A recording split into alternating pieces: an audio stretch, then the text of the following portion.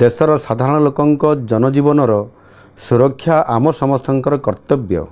सुरक्षा और सेवा आमर सर्वोच्च कर्तव्य।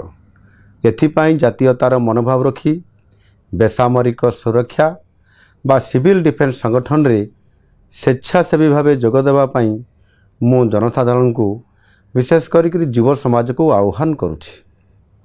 युव समाज ही आम आशा भरोसा और शक्तिर प्रतीक। इच्छुक स्वेच्छासेवी माने जिला स्तर रे जिलापाल माननकु आवेदन करि परिबे।